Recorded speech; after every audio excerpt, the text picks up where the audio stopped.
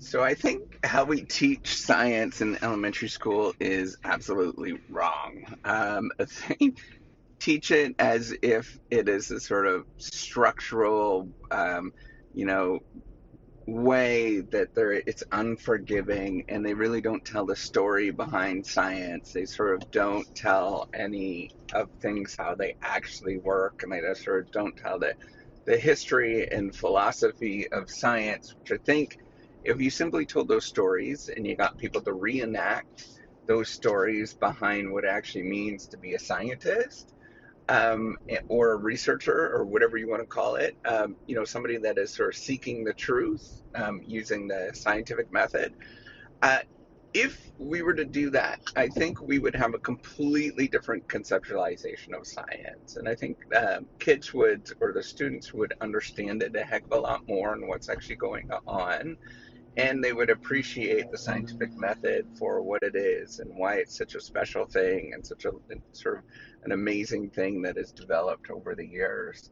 And so I want to sort of tell you this. I was going through this weekend with my kids. They're learning about the scientific method again. So my oldest one is in eighth grade, and we've done the scientific method probably about 5 years. And every year, when I'm going through this, I'm like, oh, this is like not quite right. This is, that the way that they're actually teaching it. I'm like, oh, that's not right at all. But they teach it in the sense of sort of just definitional, and they teach it as like this is one thing goes to the next, goes to the next, goes to the next, and that there's this really big structure behind it. Instead of teaching it as like, wait a minute, everything is probabilistic and everything is a giant mess. And what we have to do as a scientist, and I actually had my son do this, is, you know, what you have to do is say, hey, I've got this little tiny idea, and I have to stand up and tell other people that my idea is somehow right. And then everybody that's super smart in the entire world, that's what scientists are, they're very smart people, they stand up and they say, you're stupid. You don't understand what you're saying. Your idea, it doesn't matter. Who cares? And if you teach it that way, if you sort of teach a story as like, wait a minute, I've got to stand up and I have to tell other people a convincing story that other people will understand, that somebody might be able to take and actually run with this, that's a far different take, and it's a far more interesting take. And then you understand why things are the way they actually are. If you stand up and you say, I have this little tiny idea, and everybody says you're stupid, well, then you're going to make sure that what you're saying and what you're doing is careful. And you're going to make sure that, hey, wait a minute, I need to put some real structure behind how I'm doing this so that other people can actually do it. If I can do something and say something that will, quote unquote, replicate, then other people can pick it up and they can say, hey, wait a minute, I tried this thing too and it worked and we got the same result. And so this little tiny idea that you have has a little bit more credibility. Um, if you tell that story, and then you also tell a story of it's a people coming to terms with your particular ideas. It's almost a consensus story, but not quite, right? So somebody is always saying, "Hey, I have this little tiny idea," and everybody is crapping on it and saying you're stupid. That's dumb, right? If you tell that story like that, then you tell a story about how science actually works, where it's this sort of convincing, shaping the idea, coming up with better experiments, trying to rule out all possible explanations, sort of quote unquote threats to validity, where everybody is going to say that your idea is stupid because of this, or your idea is stupid because of this, and that's literally what scientists do. I'm afraid to say, you do get comments like that where, they're basically tacking your idea after you've worked on it for years and somebody craps on it, feels like they're attacking you. That's inevitably what happens. And you need to take a step back and tell that story about, how do I tell that? How do I tell other people that they're going to believe what I'm trying to do? There is the mechanism of science behind it. This is why communicating is so important. the mechanism behind science is trying to convince other people that are incredibly smart about the thing that you're working on actually holds up under different circumstances. And the more that it holds up under many different circumstances, in many different situations, the more valid that people are going to believe that particular theory. And it's really just this story of convincing others that believe you're stupid.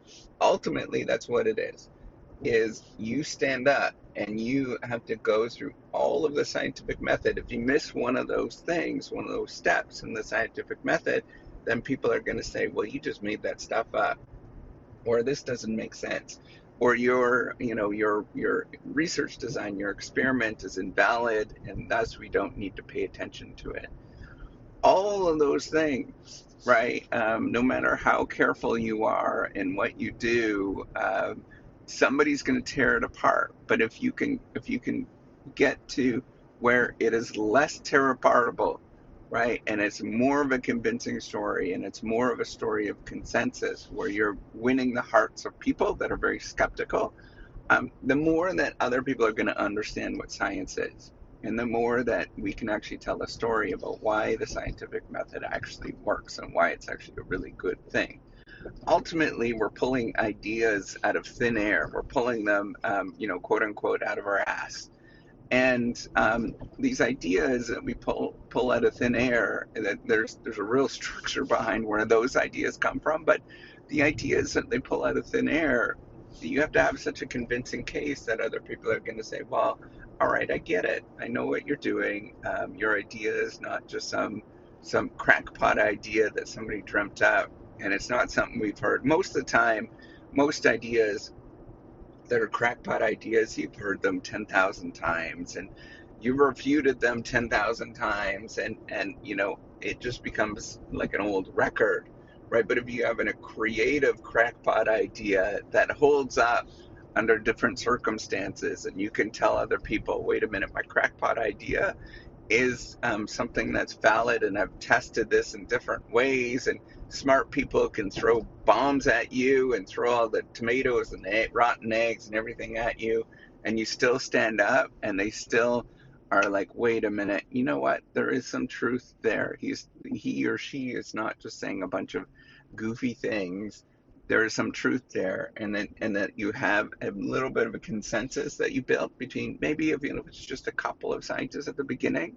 That's how it works. That's what science is about, is people telling you that you're dumb, your ideas are dumb, and you have to stand up repeatedly and go through the motion. And that's why you start to learn quickly. I better make sure that what I've done is the best of my ability, because everybody is going to make fun of me, and they're going to poke fun of at you. And it's a logical way of persuading people to tell people that, wait a minute, the thing that I'm working on is okay.